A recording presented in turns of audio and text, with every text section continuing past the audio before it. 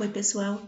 Estou aqui então para fazer a nossa aula sobre alguns capítulos do livro da Monique Ugras, O Ser da Compreensão, a Fenomenologia do Processo de Diagnóstico, da Situação de Psicodiagnóstico, que é esse livrinho aqui. Vocês viram lá que eu mudei a postagem que estava já na nossa página, porque antes eu tinha tido acesso a um PDF que era muito ruim, era um texto digitado, não era exatamente um scanner desse livro, mas na sexta-feira o João Vitor achou para mim o outro PDF disponível também na internet, que aí sim é uma cópia dessa edição que eu mostrei para vocês aqui. Se por acaso alguém já tinha imprimido, né, peço desculpas, tudo bem, pode ler por aquele, mas se puder dar uma acompanhada pelo outro mesmo que virtualmente, porque tem alguns erros, algumas imprecisões, mas, enfim, basicamente o texto é o mesmo, não tem problema também. Né, eu já falei algumas vezes, vocês viram que é o único texto realmente que veio da psicologia e que a gente vai ler nesse semestre. Eu acho que vale a pena porque a fenomenologia é alguma coisa, um conceito difícil da gente pegar, capturar e perceber mesmo qual a importância e qual a relação que ele pode ter com o nosso campo, principalmente da psicologia clínica. E a Monique, ela é uma psicóloga clínica francesa, mas que mora no Brasil há muitos anos. Acho que ela ainda é viva, pela informação, né, que eu consegui encontrar na internet, na atualidade aí. E ela se dedica principalmente ao campo do psicodiagnóstico. Existe até um livro sobre o teste de Rocha, escrito por ela.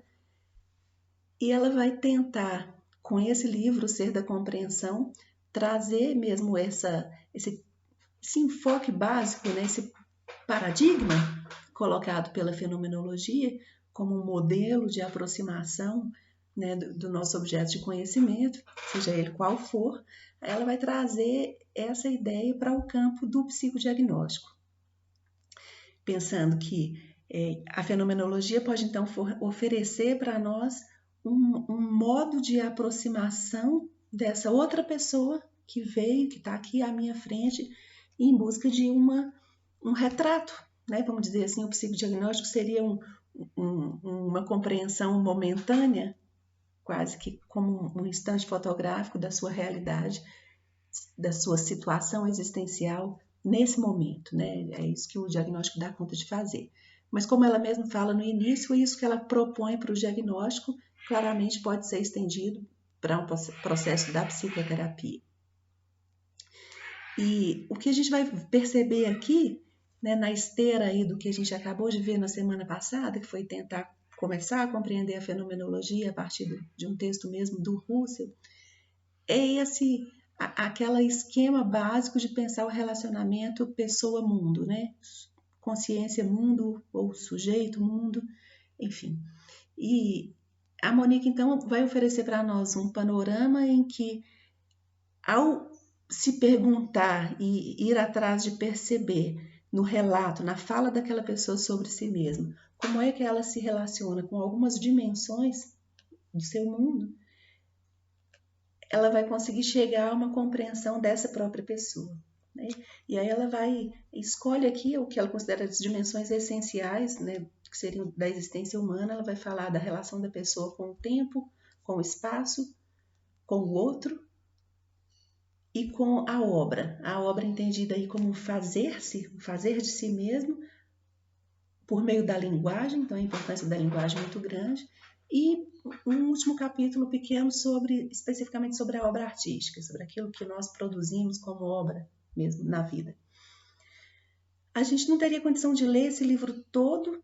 Até no semestre passado fiz essa experiência de ler ele inteiro com a turma, mas foi muito demorado e acabou que também passamos muito. Por um lado, gastou 3 aulas e mesmo assim passamos muito rápido. Então eu achei melhor dessa vez, a gente tinha teoricamente 2 aulas dedicadas a isso, então vão ser esses vídeos e a discussão sexta-feira. Eu escolhi 3 capítulos, né? O primeiro, onde ela dá esse panorama básico de por que usar a fenomenologia. acho que essa é a grande pergunta para nós, que mesmo para o campo da terapia. E o capítulo sobre o tempo é muito importante, mas como a gente já refletiu bastante sobre o tempo com Santo Agostinho, eu achei que a gente poderia pular. Então vamos tratar do capítulo sobre o espaço. O espaço tem a ver com o corpo, eu acho que é uma dimensão muito interessante, muito importante. E o capítulo sobre o outro, que ela chama também da estranheza. É o nosso contato com aquilo que é o distinto ou diferente de nós. Depois haveria ainda os capítulos sobre a obra, né, que é um sobre a linguagem, o outro sobre a obra artística. No início, há também um capítulo onde ela vai esmiuçar mais o que é a situação mesmo do psicodiagnóstico. Bom, eu estou fazendo para vocês esse panorama do livro todo. Ele é pequenininho, como vocês viram, não é um livro grande. Quem gostar, eu gosto muito desse livro, desde que eu era estudante como vocês, da psicologia, descobri ele muito cedo, um livro pouco estudado, mas realmente muito rico. Quem gostar, leia ele todo, eu acho que vale a pena, acrescenta muita coisa para quem está interessado aí no campo da clínica. Bom, vou fazer então 3 vídeos. Como disse para vocês, os vídeos mais curtos, eles são mais fáceis de ser anexados lá no Canvas. Dessa vez, então, vai um por capítulo, a gente fica com uma divisão um pouquinho mais coerente. Começo, então, pelo início do livro, quando ela se pergunta por que não a fenomenologia? Quando ela está tentando encontrar um outro caminho dentro da psicologia, e principalmente dentro de uma teorização que dê uma consistência maior para o diagnóstico, para o processo mesmo de psicodiagnóstico. Ela vai buscar, então, na fenomenologia, um referencial teórico para o campo da clínica, especificamente para a clínica do psicodiagnóstico. E aí ela conta um pouco uma história, né, do que é a clínica na psicologia. Ela fala que existe um complicador, uma coisa que atrapalha, até para se pensar teoricamente, a clínica, é que a nossa clínica ela nasceu ali muito colada com o universo da medicina. E isso fez com que todo um panorama de patologização, né, de percepção do que seria o trabalho do psicólogo, ela vem desde o início colada à ideia médica, que é basicamente qual? Né?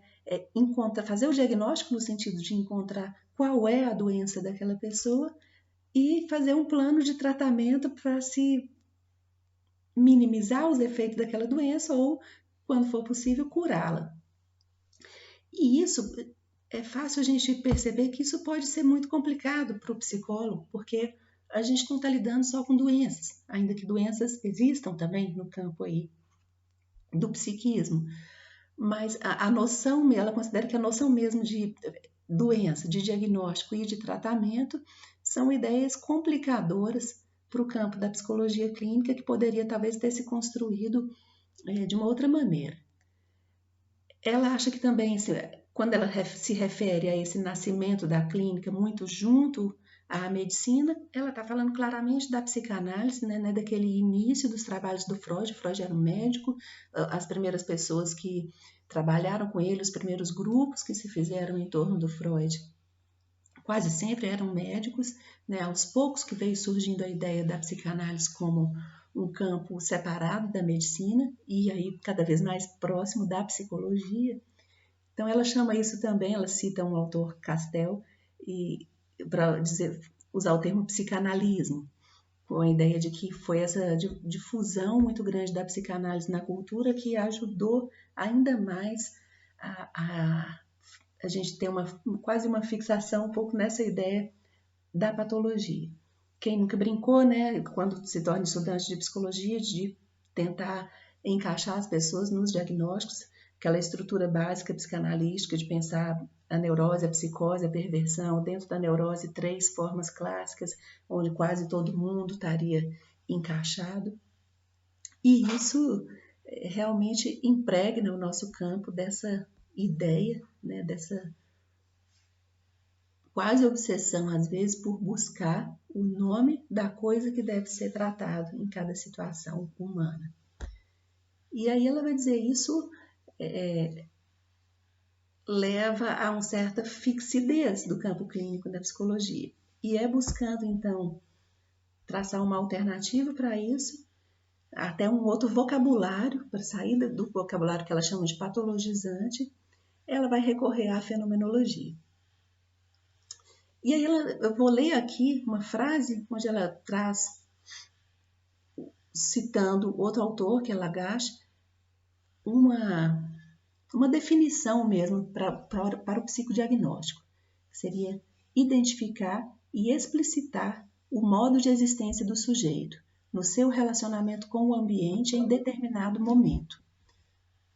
Veja que aqui a gente tem uma definição muito ampla em que elaborar um laudo, e aqui também estou usando palavras dela, não é dizer que doença tem, que ela vai dizer que o aluno, o estudante, o aprendiz aí desse campo, quase sempre, ao se deparar, né, com a tarefa do diagnóstico, ele quase sempre está em busca da resposta a essa pergunta: qual é a doença? Qual é o problema que está colocado lá?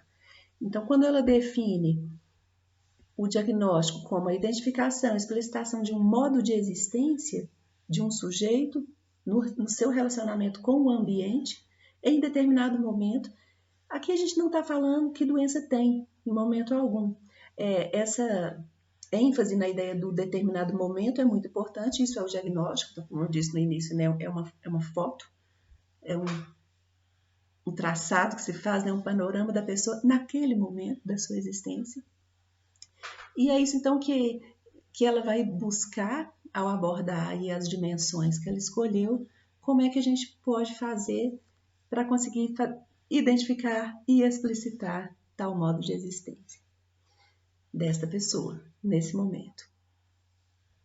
Ela passa então a falar um pouco das palavras saúde e doença. Então aqui ela não quer cair logicamente, por tudo que já foi dito, numa noção patologizante, mas também ela não quer esvaziar a ideia de doença. Ela cita um pouco alguns autores da sua época, que cita a antipsiquiatria, que é um movimento que aconteceu na Europa, que tentava pensar a loucura, a psicose, de uma maneira totalmente descolada da ideia de doença.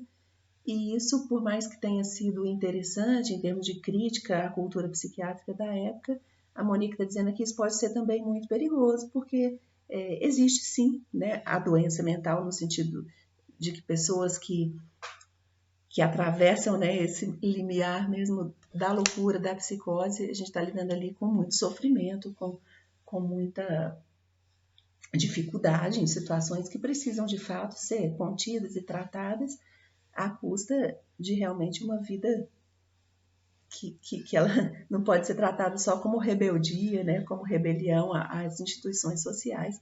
Ela realmente, a experiência psicótica é marcada por muita dor e não é suportável ficar nela, muitas vezes nem para as pessoas que estão em torno, nem para a própria pessoa, enfim.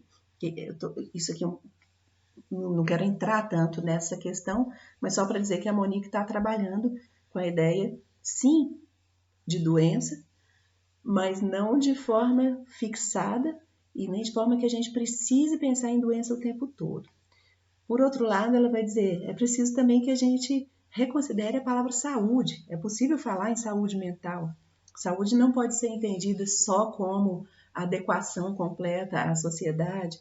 Ela chega a dizer, ela está escrevendo na década de 70, ela chega a dizer assim, não, parece que atualmente quando a gente diz que alguém é saudável, está falando que ele é careta.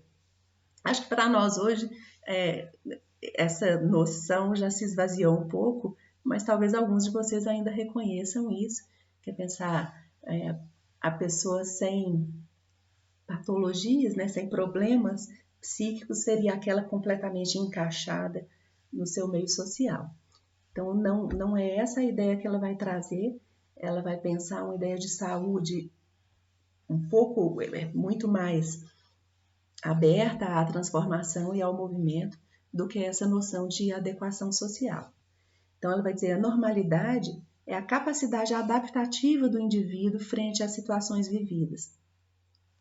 Ou seja, isso é algo que está sempre em movimento, que a cada vez, a cada caso vai ser encontrado. A gente não consegue ter, então, uma matriz que nos diga da normalidade, mesmo dentro de uma sociedade específica. Ou seja, ela não está definindo normalidade como adequação.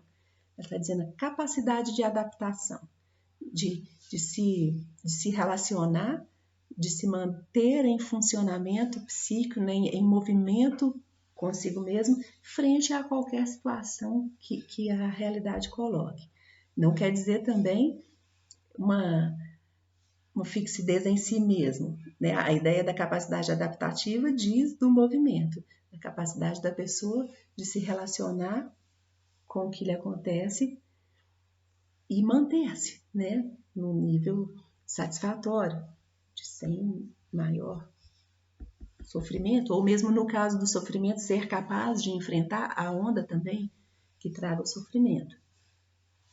Acho que nesse momento agora, nós no mundo inteiro estamos vivendo um momento de um sofrimento coletivo muito grande. E aí cada pessoa individualmente tem maiores ou menores possibilidades de enfrentar isso, com menor ou maior dor e sofrimento, ou mesmo adoecimento. Então, junto a essa ideia da capacidade adaptativa, a gente vai encontrar também a noção de saúde como a capacidade da pessoa de deixar fluir em si um processo constante de criação de si, criação do mundo. E essa ideia de criação também a gente traz ali da compreensão fenomenológica, que se conhecer é estar em relação, é estar em movimento, tem sempre aí implicada um movimento criativo também. Bom, a doença, então, de forma contrária a isso, seria definida como o obscurecimento, né? Ela cita Goldstein, que vai falar no obscurecimento da existência. Algo como que aquilo que interrompe, né, bloqueia esse movimento adaptativo e interativo, o que pode levar a um adoecimento e até mesmo ao risco, né, o risco colocado na existência e mesmo na sobrevivência. Dessa forma, saúde e doença são como que fases ou etapas de um processo em que mundo e indivíduo se criam constantemente. Saudável, então, é um indivíduo que vai acompanhar livremente os movimentos da realidade.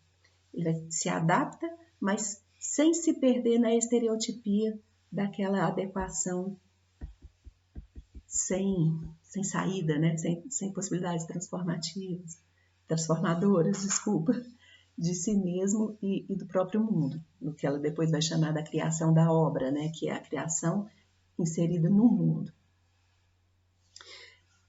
A gente pode pensar assim, a capacidade de integrar o movimento do mundo com o seu próprio movimento.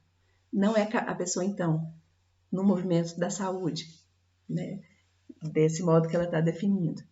Ela nem é capturada pelas determinações do mundo e nem é fechada em si mesma. Está aberta ao mundo e se transformando junto com o mundo.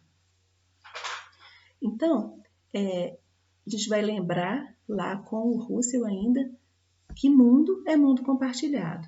E que se então a saúde se define pela possibilidade de relação com o mundo, está implicada a relação também com o outro.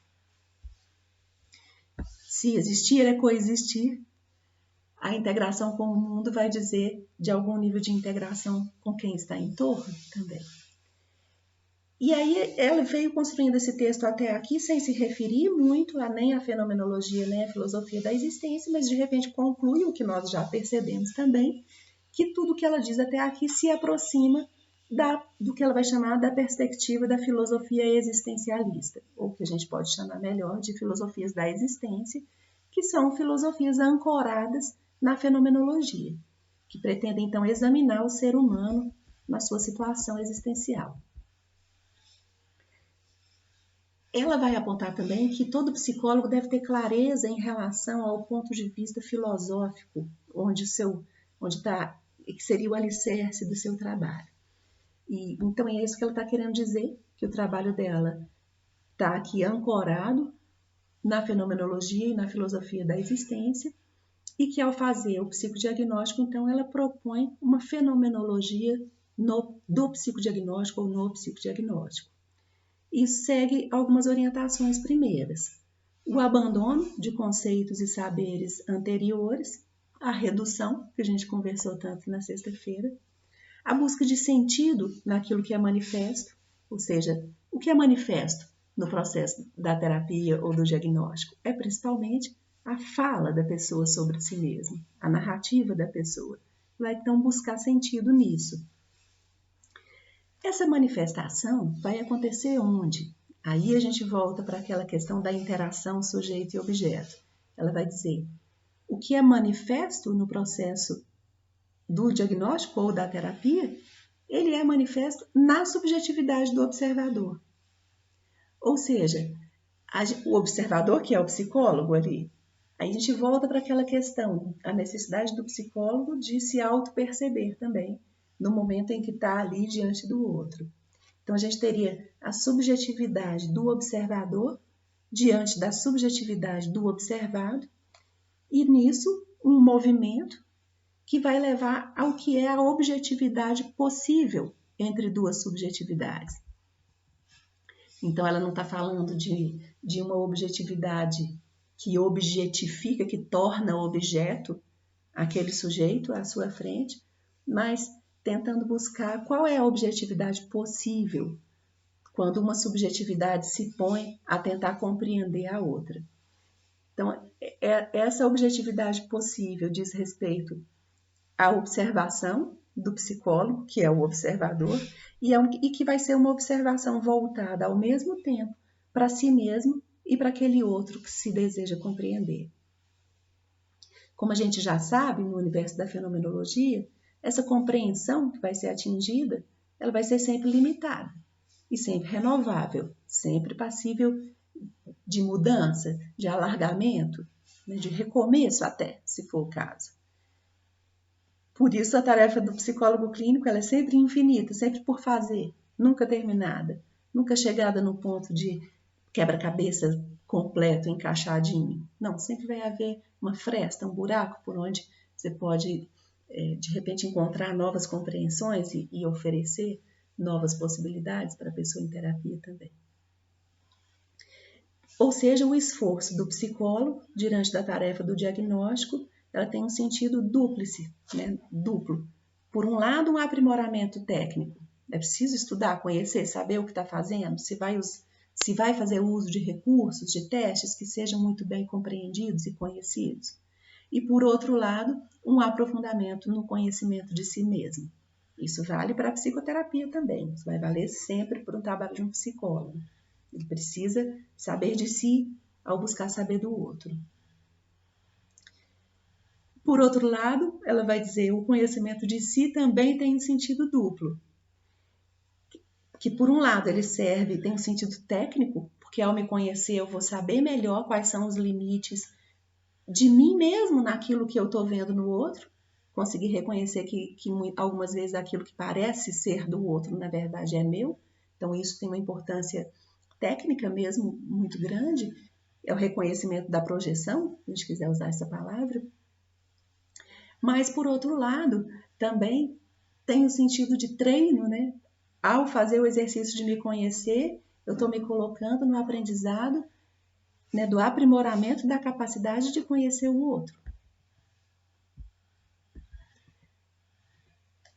Então, é nesse encontro entre um e outro, entre o observador sujeito e o observado sujeito, são duas subjetividades, dois sujeitos, que vai se dar a situação do psicodiagnóstico. No mundo, né, no mundo que é compartilhado e comum, a gente pode pensar na situação do consultório clínico da psicologia como um micromundo, se quiserem, um microcosmos, em que se dá esse encontro, que é o encontro que se dá na vida humana o tempo todo, nessa existência que é coexistência, no mundo que é mundo compartilhado.